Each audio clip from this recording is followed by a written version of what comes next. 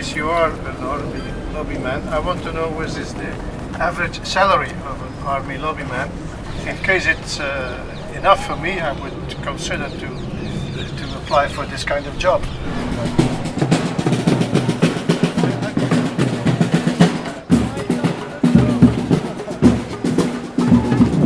Perhaps a few tips about how to lobby MEPs. So one way to convince them is to invite them to party with you.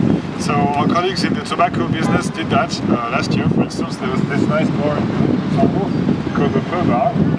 The last bit is there's been an unfortunate campaign against us in the past years by transparency campaigners. Especially a nasty NGO called Corporate Europe Observatory. It has been demanding transparency on lobbying. Because, you know, there's this silly idea that lobbyists have power and, you know, power should be accountable. Well, we've fought the best we could, but unfortunately we've lost this one.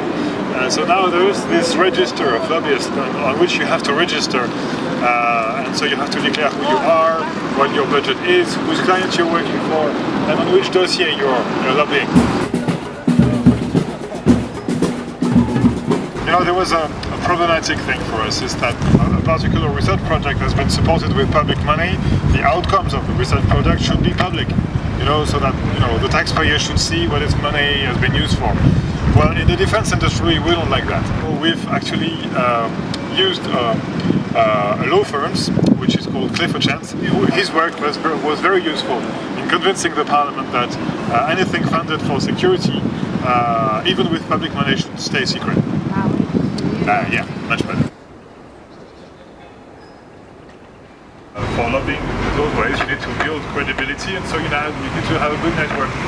And so ELS very recently hired almost the highest level person he could hire, Jean-Claude Trichet, the former governor of the European Central United. Maybe for your information, some people might call this practice the revolving door. For example, the American company Boeing, you might know, since some years has their president of the EU and NATO relations is a former diplomat for the Netherlands, Joris Vos. He has a lot of contacts from his diplomatic life that he obviously brought when they do manage to get a lot of contracts.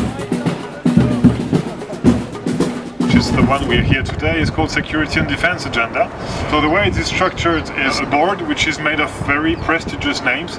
Those people are just for the show because you don't ever see them. The think tanks has members, and the members are basically all the defense companies in Europe and in the US and in Israel. It's basically the entire defense industry. The debates, because typically it always happens like, say, 1 month, 2 months before very important votes in the European Parliament, and in the room you will have the people at the Commission who drafted the text, the people in the Parliament who are the rapporteurs of the text. But the Security and Defense Agenda doesn't only organize meetings and debates, it also produces reports for, you know, the clients who paid for it.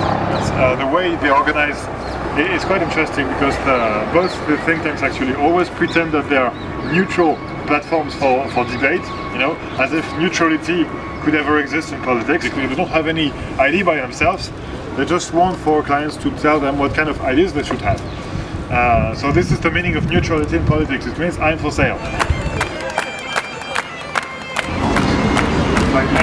We are also very sensitive to, you know, the ecological and environmental constraints and problems, and so BEA has built a very nice thing. They're now producing lead-free bullets, you know, because lead is a problem for the environment. So now they're, you know, producing environment-friendly bullets. Which is nuclear submarine? No, I'm talking about normal bullets. Yeah, of course, I hope they will be used on the submarine too. But I'm talking about, you know, your average daily gun.